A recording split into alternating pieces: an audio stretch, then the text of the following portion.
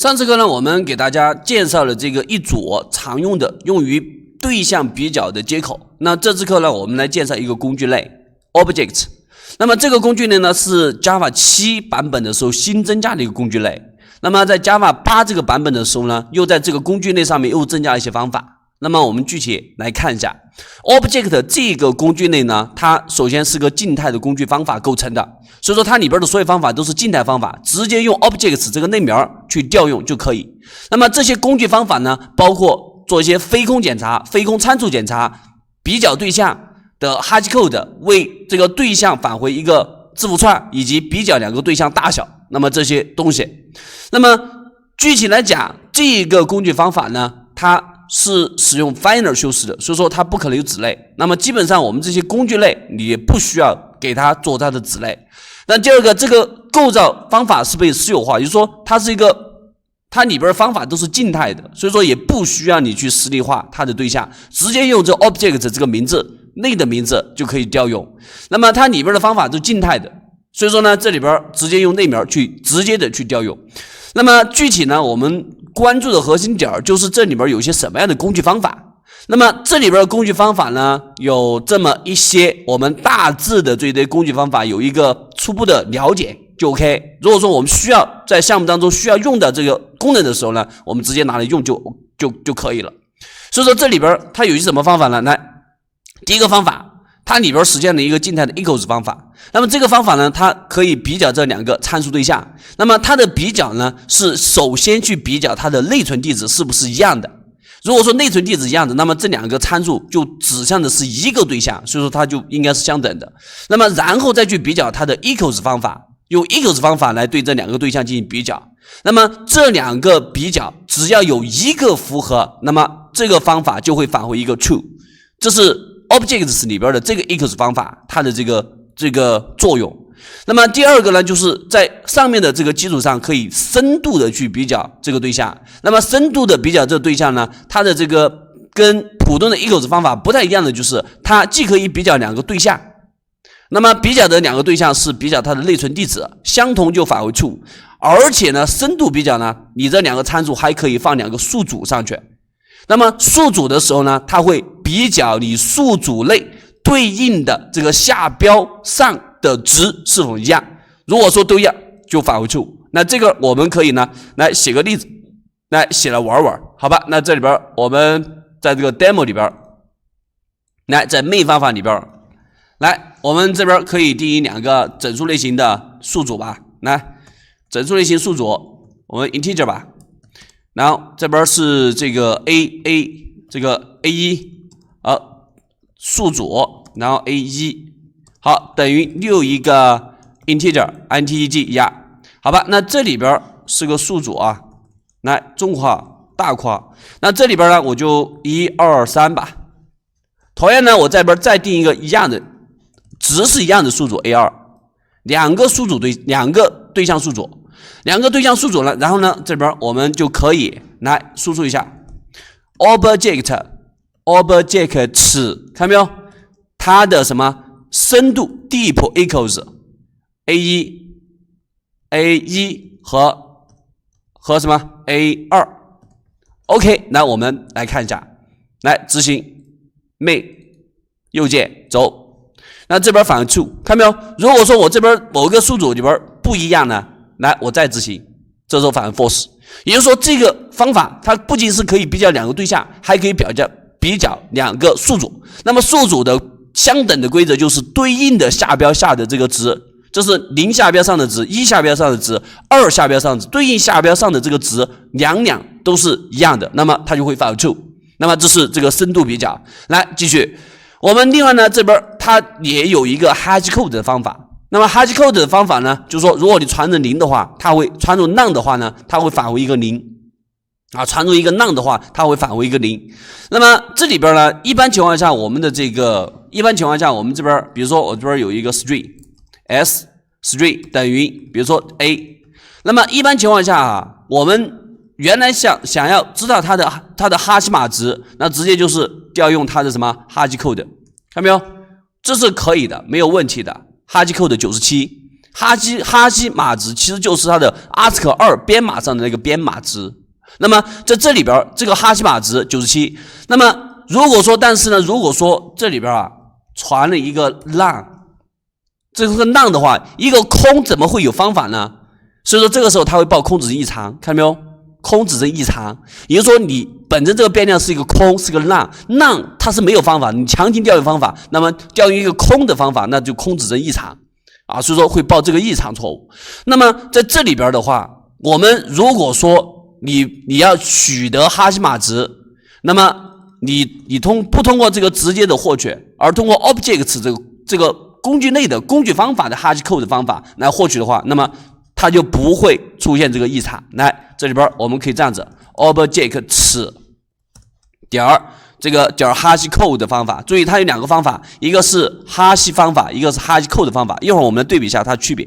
hashcode 的方法，来这边把这个 string 传进去，那么这样子来获取的话，来运行，这时候看没97，但如果说你传的是一个浪，那么我再运行，这个时候就会避免空指针异常。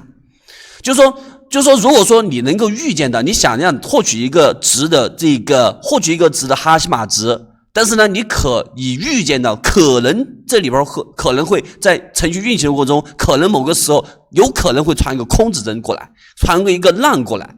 那么如果说有这种可能的话，那你就用 objects 这个关键工具类。那么用这个工具类呢，它就可以避免你的程序爆发这种异常。那么这样子呢，起到这么一个作用。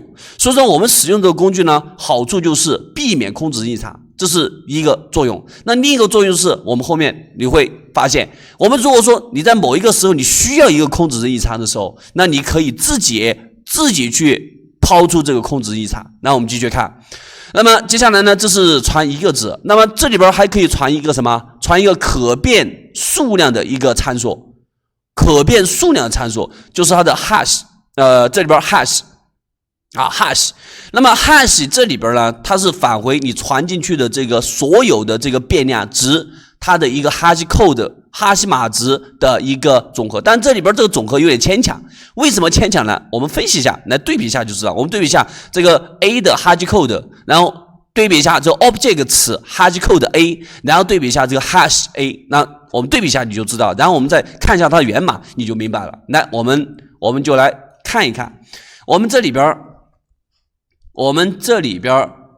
来输出一个什么？输出一个字符串 a， 它的哈希code值，然后呢，我们再来输出 SYSOT， 输出这个通过工具类 objects 点哈希code， 然后把这个字符串 a 把它放进去。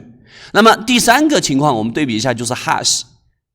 它的两个 SYSOUT， 那么这边是 objects 点 hash， 然后这里边是个可变参数，你可以传一个进去，可以传两个进去。那我这边先传多个进去，我先传一个进去。好，我们来运行一下，你会发现 A 的直接获取它的哈希码值97。如果说我们用 objects 工具来获取它的哈希码值还是97，这个没什么区别。但是呢，如果说你用 hash 的方法，你获取的哈希码值是128。原因在哪里呢？我们可以分析一下它源码。来，我们点进去。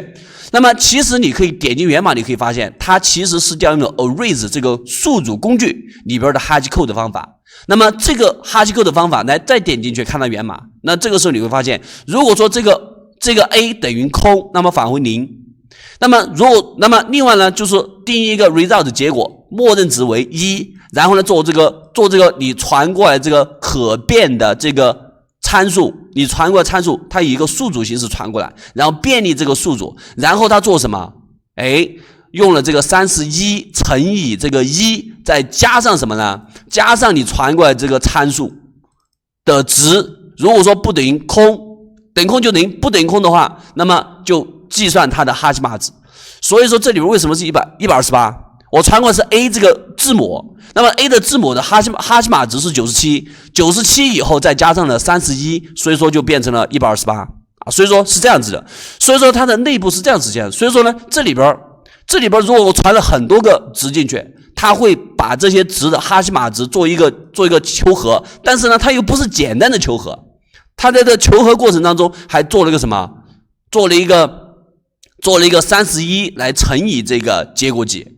所以说呢，这里边是一个，你可以这样去理解，就是说它加了工的求和，加了工的求和，加工来加工后的求和啊，加工后的求和，你可以这样子去理解它。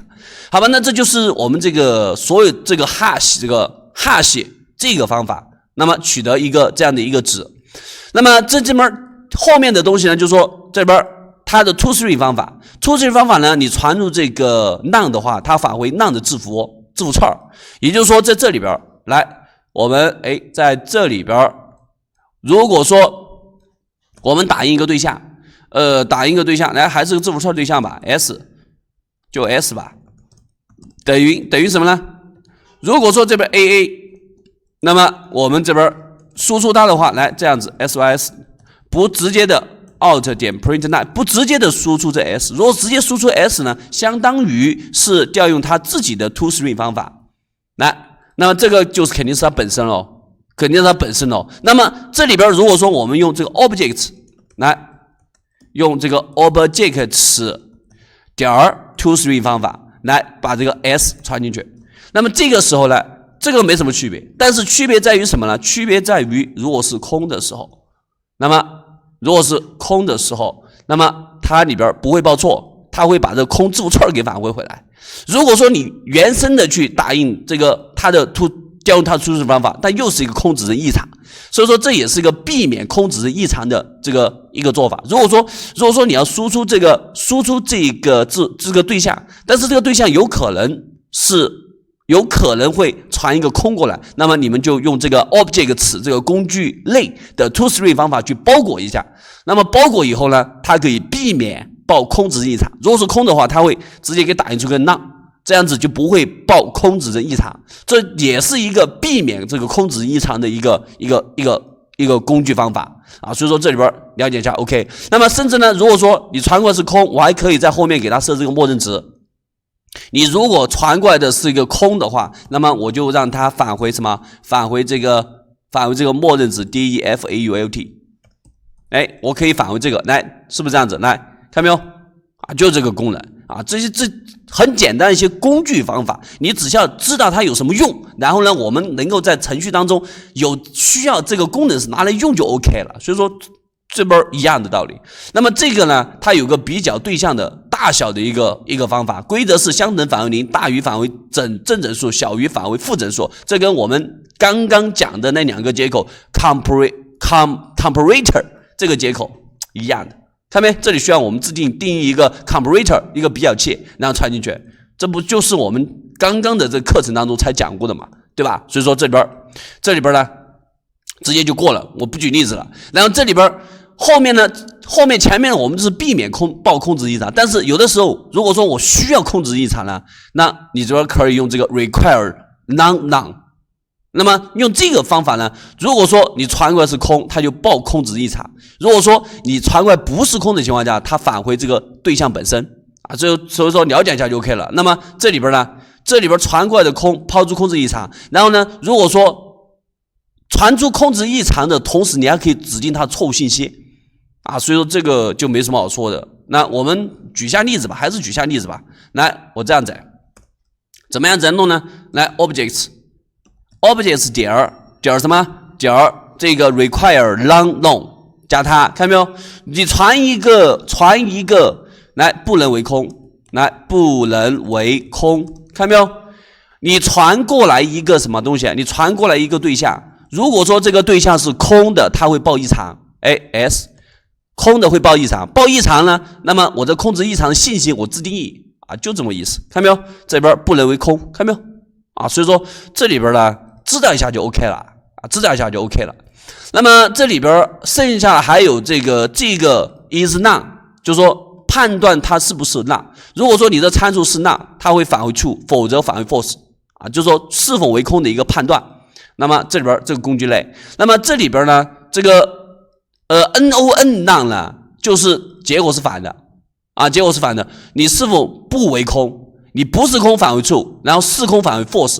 那么这个是你如果是否为空，是空的话返回 true， 不是空的返回 false。那么这两个方法返回的这个结果刚好是相反。